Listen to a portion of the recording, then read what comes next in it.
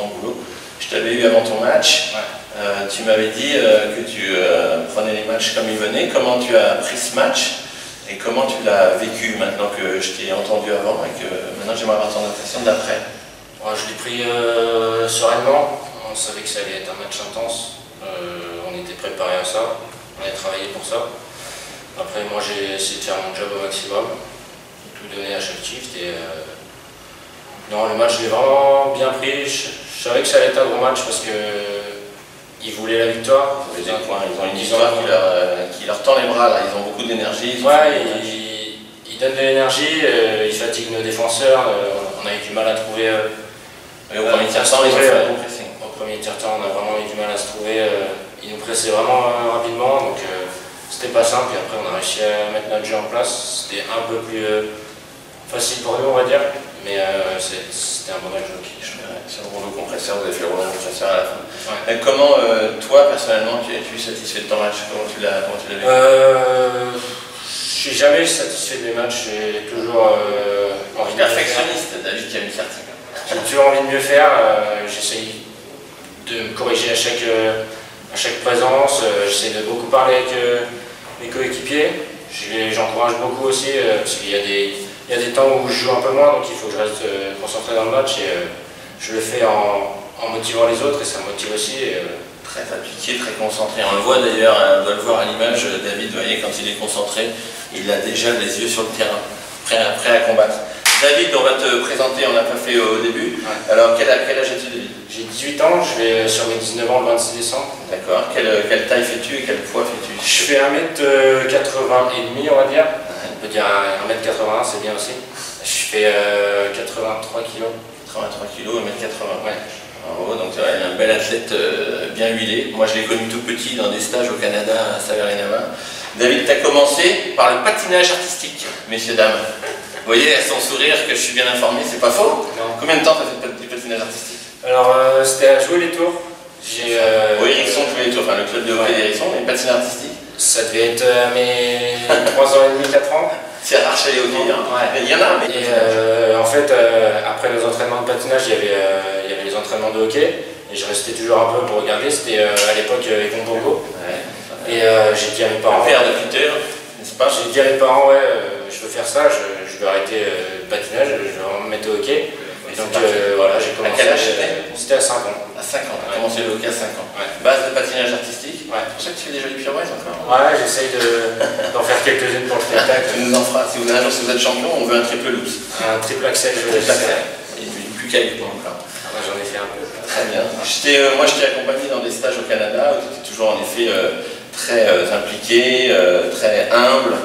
Voilà, super, un jeune à coacher, c'était toujours très agréable. Je pense que c'est exactement la même chose encore pour Rodolphe. Est-ce que tu as des anecdotes de jeunesse de hockey à dire aux internautes, des choses qui t'ont marqué? Bon, j'ai pas une énorme carrière pour l'instant, mais même dans ta jeunesse, des choses... J'en ai quelques-unes. Il y a déjà forcément le premier match en D1, c'était assez intense quand tu rentres... À quel âge? 18 ans cette année? Non, 17 ans. Ouais. Même pas majeur, premier match en senior. Et quand tu rentres, habituellement, je jouais des matchs, il n'y avait aucun public, et là tu passes devant 2000 personnes. Ouais, disons 2000 personnes. Là, le palpitant est fort. Ouais, le premier match c'était vraiment intense. Après, il y a un souvenir que je garde, c'est une victoire en U13, quand on a gagné le tournoi NHL organisé par Tours. C'était vraiment... vraiment une belle émotion, c'était vraiment le premier gros tournoi que je faisais et c'était vraiment beau de le gagner et c'était une belle victoire. Ouais, très beau tournoi NHL à Tours et une victoire en finale. Ouais. Contre des Anglais en plus, c'était vraiment... Avec les hymnes nationaux, les drapeaux et tout. La totale. Déjà, tu avais goûté au national. Peut-être, d'ailleurs, j'ai ouï dire que peut-être il y avait des regards sur toi pour l'équipe nationale U1, du fait de tes belles prestations, du fait que la confiance que te donne Rodolphe, et aussi de tes 2 buts. On est à 2 buts pour l'instant dans le championnat. On est à 2 buts.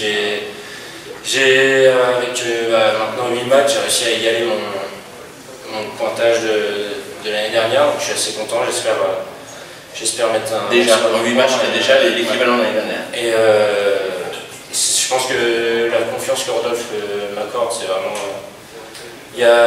ça y joue beaucoup et j'essaye à chaque fois, quand je peux, prendre le palais, et être confiant avec. Très bien.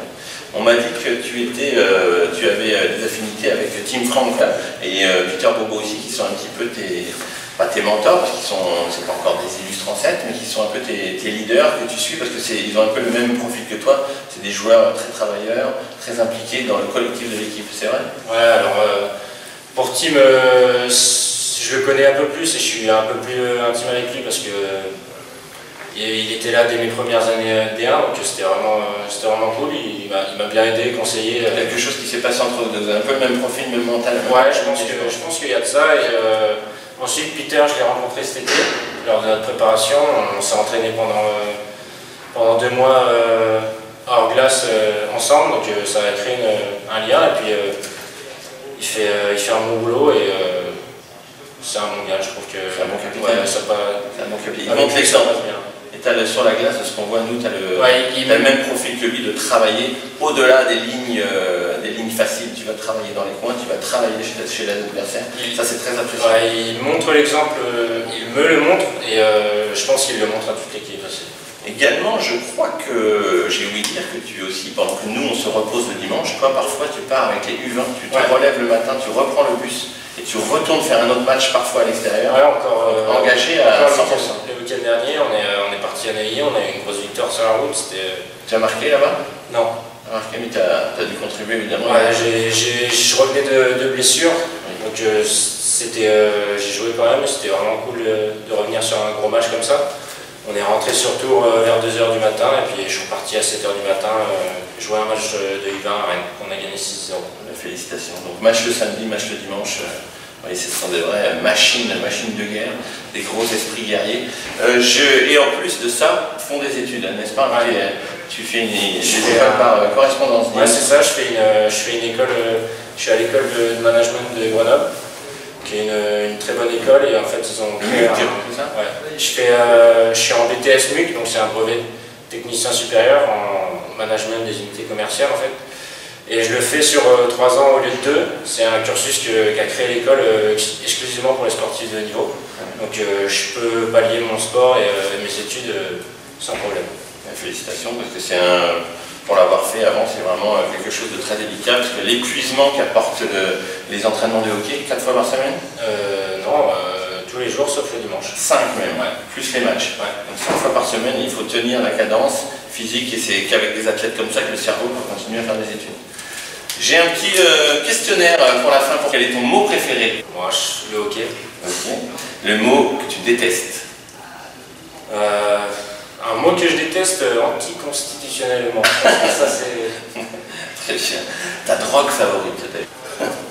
Ouais, le sport. Tu me fais peur. Surtout pour un sportif. Bonne réponse. Le bruit que tu aimes? Le bruit que j'aime, la pluie. La pluie. Le bruit de la pluie. Très bien. Ça t'apaise, t'es au calme, t'es à l'abri. Pour faire une sieste quand il pleut, c'est... Tout à fait, je suis d'accord avec toi également. Le bruit que tu détestes? La perceuse. La perceuse. Ton juron préféré ou le plus utilisé? Putain. Attention. Putain. Il y a rien. Ça va, celui-là il passe encore. Un homme ou une femme célèbre que tu désignerais pour être sur le nouveau billet de banque? Quelqu'un qui t'inspire? Je dirais un sportif, je pense. Martin Fourcade, je pense. Martin Fourcade. Très bien. Un métier que tu n'aurais pas pu faire? Esthéticienne. T'as bien fait patineuse artistique? Ouais, mais... T'aurais pu faire une belle esthéticienne? Ouais, on ne saura jamais. La plante, l'arbre ou l'animal dans lequel tu aimerais être réincarné? Le chat, ça dort tout le temps. Et il a besoin de repos quand même. Et en dernière question, si Dieu existe, qu'aimerais-tu l'entendre te dire quand la mort sera venue, au moment d'aller vers lui? Que j'ai eu une belle vie. Très bien, c'est ok. Merci beaucoup David.